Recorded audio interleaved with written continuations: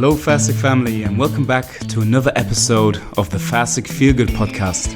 Today's guest is Dr. Michael Breus. When you think about what happens when we don't get either good quality sleep or good quantity sleep, holy cow, dude, it's like unbelievable. There's mental effects, there's emotional effects, there's physical effects. I mean, you name it. So I'm going to give all of your listeners a 5-step plan that they can start tonight, won't cost them a dime, and it will absolutely improve their sleep.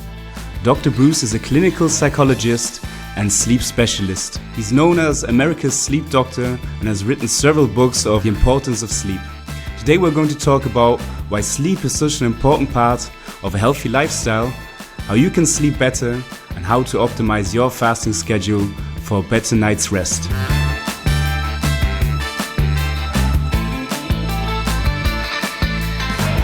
Hey, Dr. Breus, great to have you here. How are you?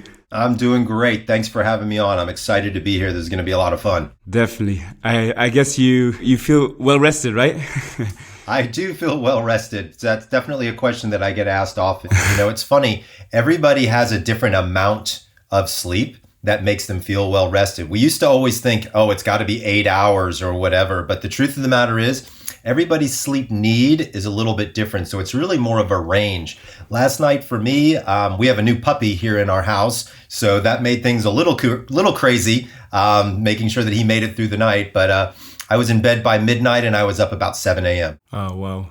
Yeah, I mean, in general, right, health is always individual, and obviously sleep is a big part of health. We at Fastic always see health as holistic. It's not just about fasting. Yes. Fasting is one big part of our mission, obviously, but also nutrition, mindset, and health, and definitely sleep. So we've got a lot of information in general about sleep and fasting, obviously, on our app.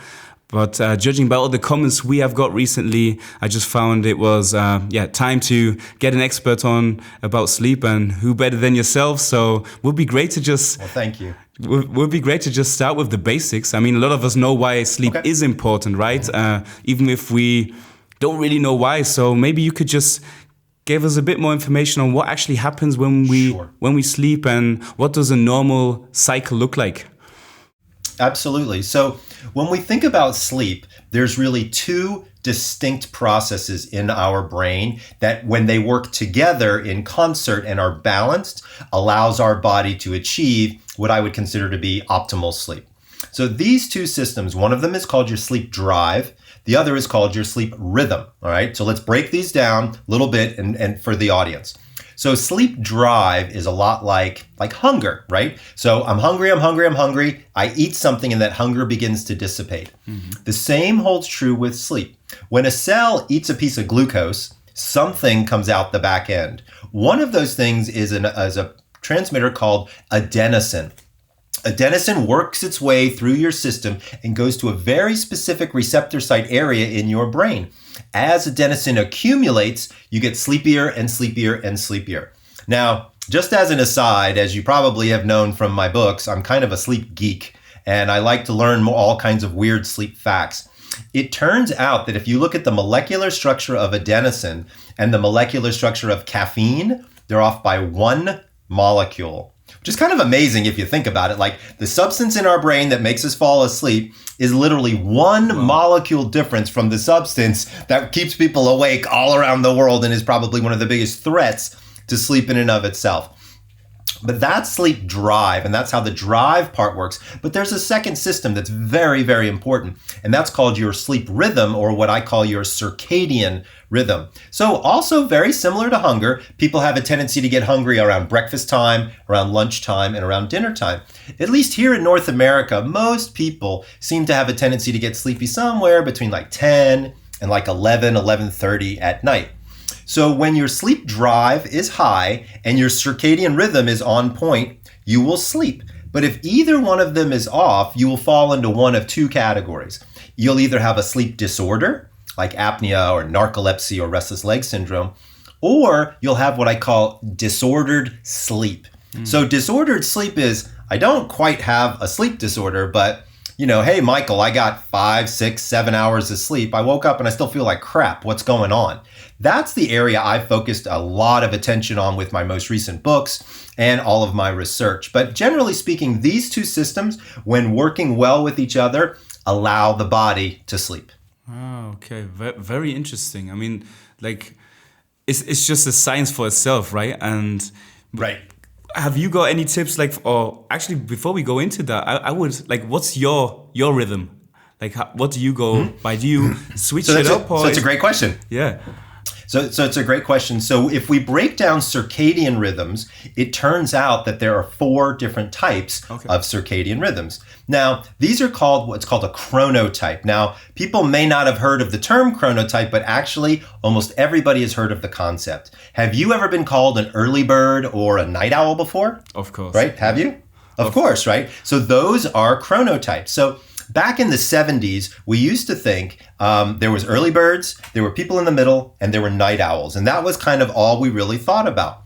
My contribution to the literature in my 3rd book called The Power of When, I discovered a 4th chronotype, one for insomnia.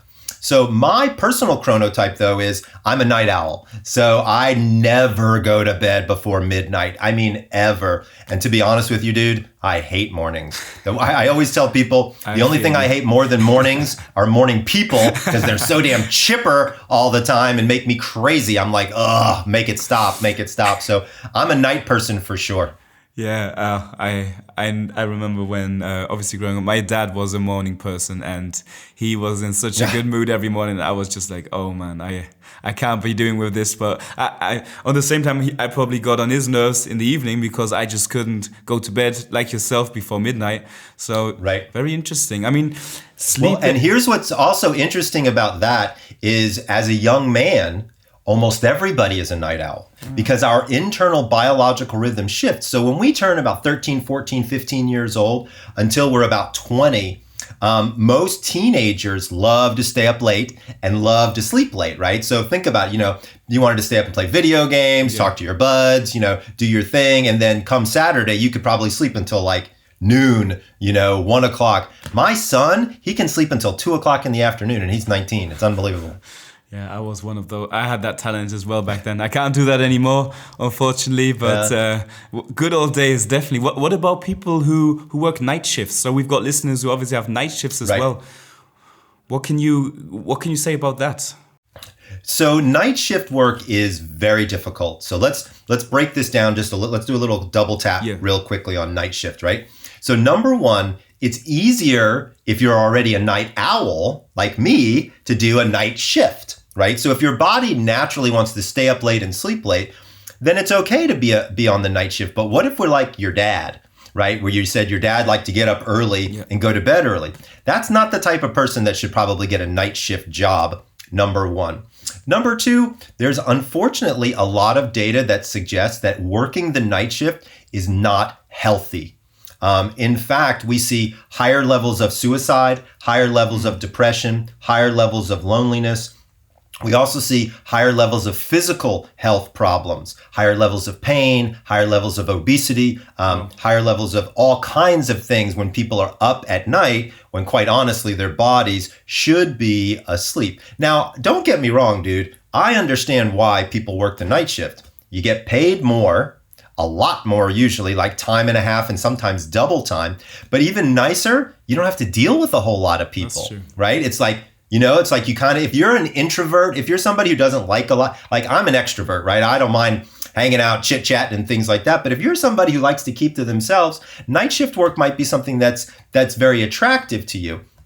But please, please, please be careful and make sure that if you're going to work the night shift, you got to get good sleep during the daytime.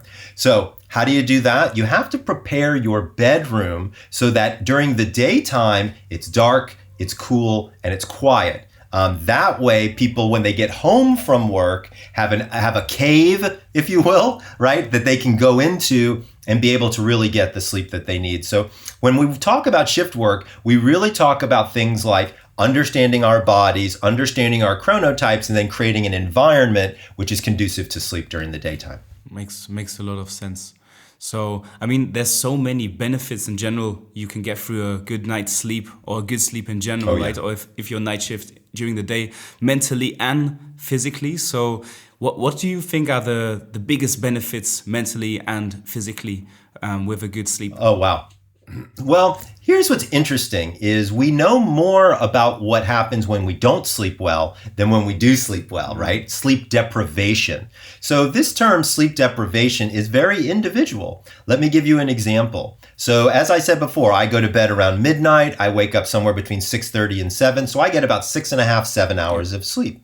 That's perfect for me. If my wife did the same thing, she'd be miserable. My wife goes to bed at around 10:30. She gets up around 7:30. So she gets 9 hours of sleep. Yeah. If she tried to get my sleep schedule, she would be sleep deprived. But yet I, as you can tell, have full of energy and have no interest in having to sleep that long.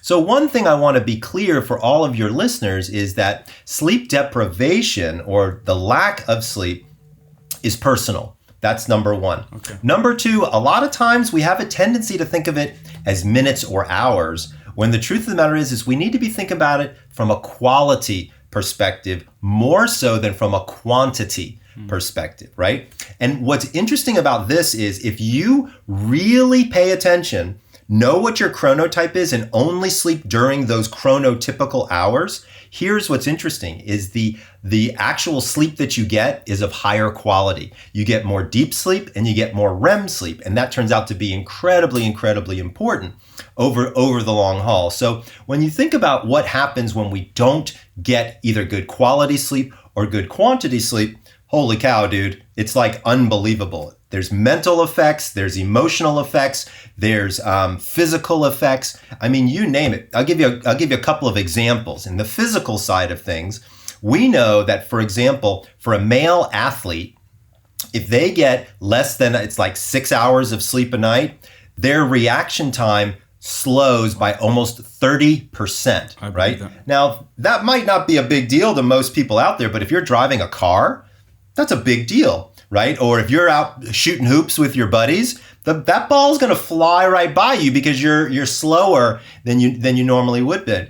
Especially for men, we see a decrease in testosterone significantly when people are sleep deprived. A 22-year-old athlete, if he only gets 6 hours of sleep a night, will perform like a 32-year-old athlete. I mean, we're talking 10-year difference on testosterone, man. Like that's a big, big deal. Wow. On the cognitive side of things, our memory is directly affected by the amount of sleep that we get. Most specifically, the REM sleep that we get, or what we call REM sleep. That's where we have the mental restoration that occurs. The second area that we have to be really careful about is getting that stage 3-4 sleep, which is our physical restoration, right? So we've talked a little bit about physical, we've talked a little bit about mental. What about emotional things that go on with sleep deprivation? I can tell you something right now. I am a cranky pain in the ass if I don't get a good night's sleep, right? I'm not too much fun to be around, right? And none of us are, right? No. My daughter has the best term ever. She says, when you're not getting enough sleep, you're a grumpy fish. I think that just describes it all to everybody out there, right? So when we think about sleep, and we think about sleep deprivation, we know that it affects us in 3 specific areas. Our mental health, our emotional health, those are different. Mental being cognition, memory, attention, and focus. Emotion being anxiety, depression, mental health issues. And then, of course, our physical health as well. Wow. Very, very interesting. I'm loving this chat with you already because I have learned so many things. And it's incredible because if I think about it, I myself love, very passionate when it comes to sport, especially boxing. And I remember a few training sessions, what I had on a Saturday. Back then, I was 19, 20. No, was it 19? Whatever. It was a few years back, but I remember that I was out late a lot of the times. And then on Saturday when I had the training, especially my reaction, that is totally true what you said. That was slow. 100% different. Not as aggressive. Yeah, 100% different performance than with a good night's sleep. And back then, obviously, as a young guy, you don't really connect the dots there. Right. But and why would you? You hadn't been trained in it, right? Yeah. But now what we're starting to see is with athletes are now starting to have high performance sleep coaches. right? Like I'm a high performance sleep coach for several American athletes. And it makes a lot of sense, especially at the professional level, because the difference between the gold and the silver medal could be a good night's sleep. 100%. No question. It's rest time, and that's when your body really gets to rest, right? I mean, what I find so interesting as well, you mentioned circadian rhythm, and that's obviously what we work with as well to a certain degree with fasting. What would you say, like, what's the relationship between fasting and a better sleep from your point of view? Oh, so there's quite a bit. So I've written extensively. I'm an intermittent faster myself, and have been for many years. And I find that number one, fasting helps me maintain my energy levels in many cases, right? And so I don't know about you, but when I have too much food at the wrong time, it just slows me down. It keeps me in the doldrums. It doesn't give me that go, go, go type of thing. And my body really uses that energy differently, right? However, if I can keep my eating to about a 6-hour window or so, 6 to 7 hour window, sometimes even less, what I've discovered is number one, energy all day long, but most interestingly, no problem sleeping. So many people don't realize that if you can follow an intermittent fasting schedule or just a general fasting schedule, you can also follow a sleep schedule. And that's where the two tie in quite nicely together. So, and the other thing to remember is that certain foods can actually help with sleep. For example, carbohydrates. We know that carbohydrates, when entering into the system, and remember, everybody's got to have some carbs, right? Definitely.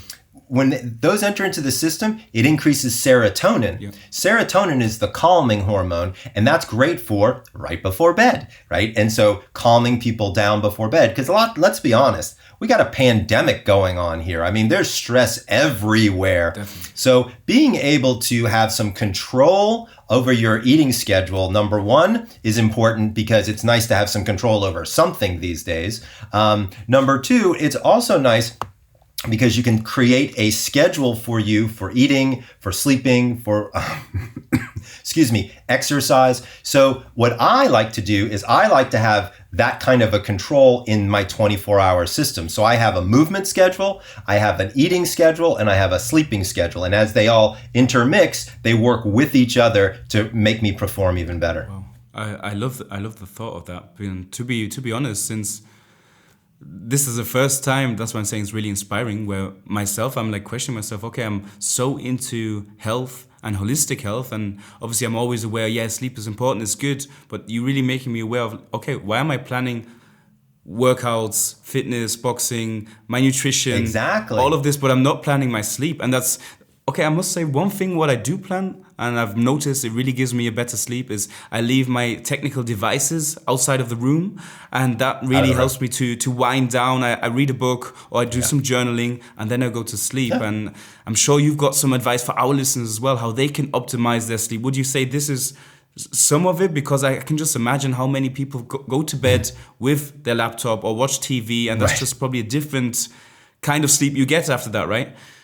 So I think that's exactly the way to think about it. It is a different kind of sleep than what you would get if you were in a room that was very quiet, very dark, very cool, things like that. Now, I'm going to tell you a secret, okay? My wife falls asleep with the television on every single night. Okay, I'm the sleep doctor, for God's sakes, all right? And my wife, we have a French bulldog in the bed. We have the television on. There's a cat wandering around somewhere, right? But that's the reality of the world. And so everybody has different things that are going to affect them in different ways. So what do? I have an eye mask. That helps block out the light from the television. Okay. I have special earplugs from Bose that plays sleep music for me, so I don't have to hear the dog snoring. My dog snores louder than me. And I've got a great pillow. I've got an amazing bed. And so when I've got all of that together, I sleep just fine, right? Now, my wife, on the other hand, has to have the TV and the dog and all of those things. So sometimes there's a balance that has to be played, but I want to be very clear about something. It's not wrong to fall asleep with the television on. It's not wrong to do any of these things. If your body is willing to adapt, that's great. However, if you really want to get the highest quality sleep, don't be an idiot, okay? Don't sleep with the TV on. Don't sleep with the dog in the bed. Like, be smart about it. Set up an environment that's conducive to sleep, and the quality of that sleep will improve pretty dramatically. Yeah, totally. Makes sense. The environment about that, right? You're the product of your surrounding, and that will obviously fit in with sleep as well.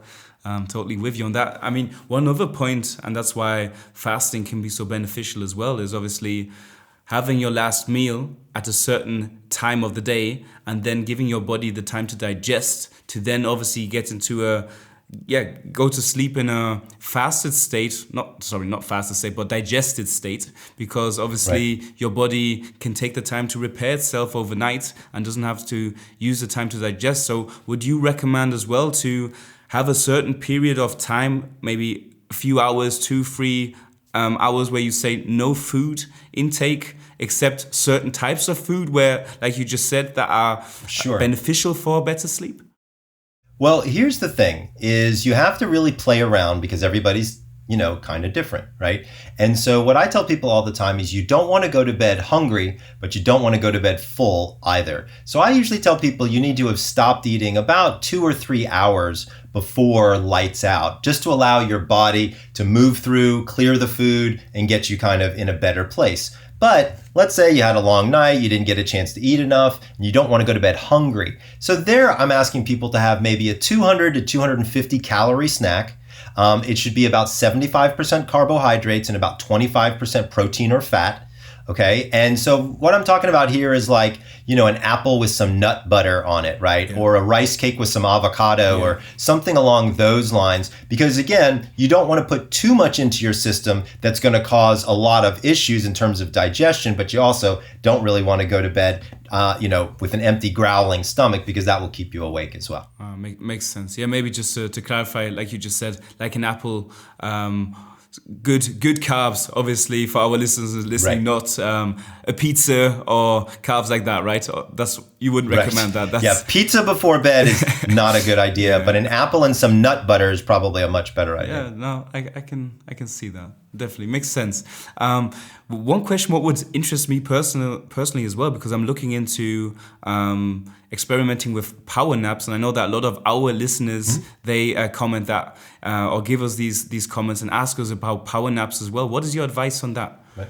Power napping. So when you look at napping, there's a couple of things that you should think about. So number one, anybody who has a problem falling asleep or staying asleep should never nap, period. Remember how I was talking about the sleep drive versus the sleep rhythm earlier? If you have a problem sleeping and you take a nap during the day, you've now lowered that sleep drive. That is no bueno, as they say, not a great idea, okay? So what I tell people all the time is, if you can't sleep well, don't nap, number one. But let's say you had a crappy night. You had 4 hours, 5 hours, some dog was barking, or you had to get up early for a flight or something like that. There are two types of naps that I really recommend. There's the power nap, which is 25 minutes or less, or a full sleep cycle nap, which is 90 minutes or more. Generally speaking, I don't like people taking the 90-minute naps, primarily because it makes it really difficult to fall asleep at night. So generally, I tell people, look, 25-minute nap, and all you need to do is look at somewhere between 1 and 3 in the afternoon. The reason for that timing is we have a natural melatonin spike that occurs between 1 and 3 in the afternoon. It's very small, but it can be helpful in making you fall asleep. Now, for folks out there who are like, oh my gosh, every day between 1 and 3, I'm exhausted and I have to go get a cup of coffee or a candy bar or something like that, here's a little trick that you can do. Because of this small melatonin spike, what you can do is go outside and get some sunlight. It turns out that melatonin cannot be produced in the presence of sunlight. So after lunch, instead of taking a coffee break, do yourself a favor, take a sunshine break. Walk outside for 15 minutes and you will stop feeling that overwhelming sleepiness fairly quickly. If you do that every day for about 7 to 10 days, it should go away pretty nicely. Wow, that's a good one. And I will, I don't know how the summer is over there. Like summer in Germany here is not the best this year, but it makes sense. Whereabouts are you from, Dr. Bruce? I'm in Los Angeles, California. Okay, perfect. So obviously sun is... It's beautiful weather here all year round. I mean, I think it rains here like maybe for a week. For 1 week. Okay, so I'm definitely at the wrong place. I have to come over there. Come on over to LA, bro. You'll love it. Definitely. Yeah, I have to try that out 100%. So incredible advice. Maybe just to finalize this, like if you would have the last few words for our listeners out there. What is like the best advice where you would say to if you are a person who have always found difficulties with really getting good sleep or getting to bed at a certain time, how would you start to change? So I'm going to give all of your listeners a 5-step plan that they can start tonight. Won't cost them a dime, and it will absolutely improve their sleep. Love it. Step number 1 is choose one wake-up time. Not go to bedtime, wake up time, and stick to it 7 days a week. This is based on what we were talking about before, which is your chronotype. So if you don't know what that is, go to www.chronoquiz.com. We'll put that in the show notes for people afterwards, but chronoquiz.com. Take my quiz. It'll tell you exactly what time to wake up. So step number 1 is one wake up time. Step number 2 has to do with caffeine. Many people don't know it, but caffeine has a half-life of 6 to 8 hours. Wow. So 8 hours after you drink it, it's still in your system. So step number 2 is to stop caffeine by 2 p.m. This way, at least half of it is out of your system by 10, which is kind of roughly when most people are at least thinking about going to bed. Step number 3 has to do with alcohol. Many people don't realize it, but even though alcohol makes you feel sleepy, it's terrible for your sleep cycles. So if you can, stop alcohol 3 hours before bed and have no more than 2 drinks. And when you have those 2 drinks, add 2 glasses of water. Remember, alcohol is a diuretic, makes you have to go to the bathroom. So you don't want to be drinking too close to bedtime because it's going to make you wake up and pee in the middle of the night. So step number 3 is to stop alcohol 3 hours before bed. Step number 4 is one you already do. I can tell you're pretty buff. It's all about exercise. I love it when people are exercising. It's the easiest way to improve their sleep quality, but you don't want to do it too close to bedtime because you'll raise your core body temperature. Remember, our core body temperature has to go down, not up. So step number 4, exercise daily, but stop exercise 4 hours before bed. Step number 5 has to do with waking up in the morning. I created a very simple little routine that I call the 3 15s. So the first thing you do when you wake up is take 15 deep breaths. This helps wake up your respiratory system and get things going. The second thing you do is you drink 15 ounces of water. Water, remember, sleep in and of itself is a dehydrative event. We want people to hydrate, not caffeinate, when they wake up in the morning. And then the third 15 is to get 15 minutes of sunlight to help clear that brain fog in the morning. So, in summary, step number 1, one wake-up time based on your chronotype. Step number 2, stop caffeine by 2 p.m. Step number 3, stop alcohol 3 hours before bed and only limit it to 2 drinks. Step number 4 is exercise daily, but stop exercise 4 hours before bed. And step number 5 is the rule of 15s, 15 deep breaths, 15 ounces of water, and 15 minutes of sunshine. You do that, and I guarantee you're going to get some great sleep. This is something I will guarantee you that I will definitely try out because that sounds perfect, and that's like we said before, or like I just realized as well. I haven't got a schedule for that, and you're just giving our listeners. Get one, bro. Perfect. So thank you so much. Like it was a blessing to have you on the show, and it's just incredible. So. Merci beaucoup, Dankeschön in German. Thanks so much. Thank you. Incredible. So yeah, Dr. Bruce, thanks so much. It's absolutely my pleasure. If people would like to learn more about my work and my research, I do have a website. It's www.thesleepdoctor. Doctor is all spelled out, .com. Also, I have a new book coming out. Here it is. It's called Energize, How to Go From Dragging Ass to Kicking It in 30 Days. Nice. And you'll love it because it's got intermittent fasting, it's got movement, and it's got sleep in it. It's perfect for you, dude. Wow, perfect. Love it. And yeah, if our listeners, to you guys, if you want to check out more from Dr. Bruce, you know the deal. Click in the link in the description down below. We'll definitely put in the quiz as well, so you know what your chronotype is, his books and his websites, and to follow him on social media. So thanks for tuning in, and see you next time on the Fasting Feel Good podcast. And thanks so much, Dr. Bruce. It was incredible. Thank you, and sweet dreams to you and all of your listeners.